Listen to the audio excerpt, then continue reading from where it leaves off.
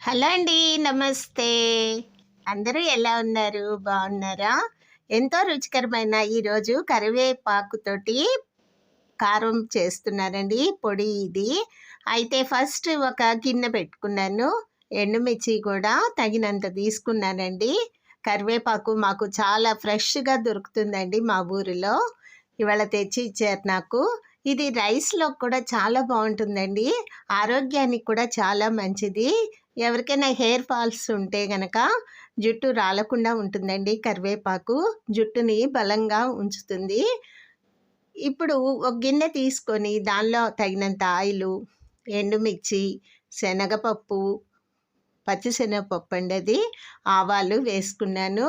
అది వేగుతుండగా కరివేపాకు ముందుగానే రెమ్మల నుండి వేరు చేసి చక్కగా కడుక్కొని దాన్ని తుడిచి పెట్టుకున్నానండి. కరివేపాకంతా కూడా ఒక బౌల్లో తీసి పెట్టుకున్నాను. ఇది ఆరోగ్యానికి ఆరోగ్యం ఇస్తుంది. రుచికి రుచి కూడా బావుంటుందండి. వేడివేడి అన్నంలో చాలా బావుంటుంది. ఇడ్లీ, దోస వాటికి కూడా ఇది బావుంటుంది కరివేపాకు పొడి. తర్వాత ఈ పోపంతా కూడా వేగింది. ఇంగువ, మెంతిపిండి కూడా వేసేసుకున్నానండి అందులో. ఈ కరివేపాకు ముందు శుభ్రం చేసుకొని పెట్టుకున్నా కదండీ! ఒక బట్ట మీద వేసి తుడుచుకున్నాను. తర్వాత ఈ కరివేపాకు ఆ పోపంతా వేగిన తర్వాత అందులో ఎక్కువ వేగక్కర్లేదండి.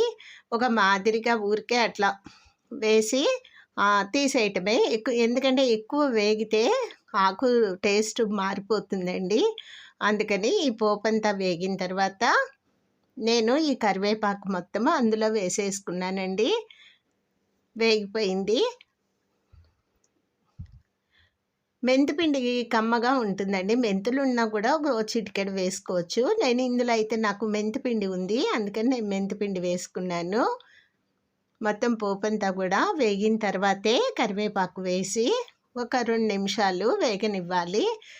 పొయ్యి కూడా సిమ్‌లో పెట్టుకోవాలండి. కరివేపాకు వేసేసుకున్నాను.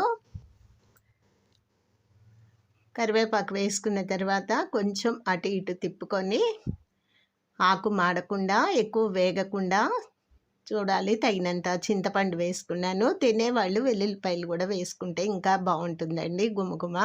ఉప్పు కూడా తగినంత వేసుకున్నాను. కొద్దిగా చల్లారిన తర్వాత నేను మిక్సీ జార్లో వేసుకొని కచ్చాపచ్చాగానే పట్టుకోవాలండి. మరీ అంత బాగా మెత్తగా గ్రైండ్ చేస్తే చుట్టుకుపోతుంది. చిటికెడు పసుపు కూడా వేసుకున్నాను.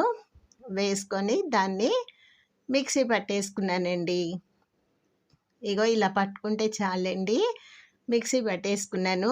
చాలా బాగుంటుందండి రైస్‌లోకి. వేడివేడి అన్నంలో తింటే అస్సలు వదలమండి కరివేపాకు పొడి. చాలా బాగుంటుంది. ఉంటాను.